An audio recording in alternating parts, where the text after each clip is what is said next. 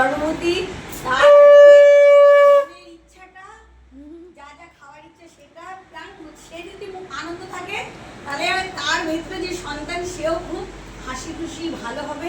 এইটাই হচ্ছে আমাদের হিন্দু শাস্ত্রের নিয়ম, যে জন্য একটা নিয়ম করা হচ্ছে 7 বকন। তাহলে বলছে 7 বকন কারো 5 মাস 7 মাস 9 মাস, এইগুলো কেন হয়?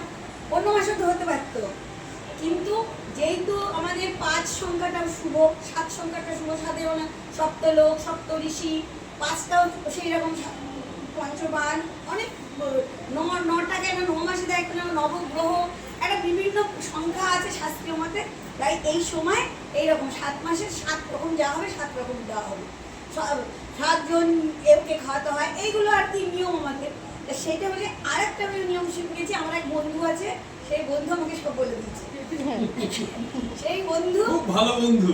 ঠিক আছে, তোমার বিশ্লেষণ করতে হবে না, বাবা আমিও চিনি। সেই বন্ধু আমাকে যেমন যেমন বলেছে আমি তেমন তেমনই করছি। He or she is a very great friend nowadays.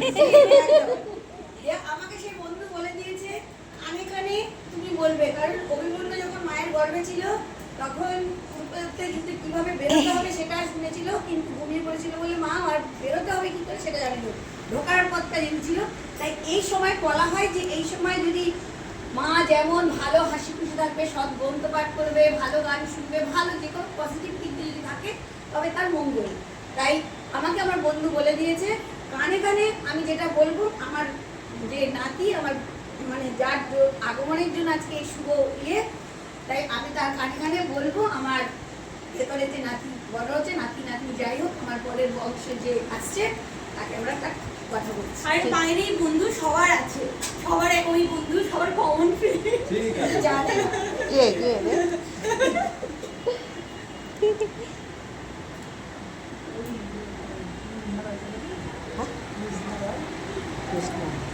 এটা কি ভিডিও হচ্ছে? হ্যাঁ, এটা ভিডিও হচ্ছে। জয় গুরু।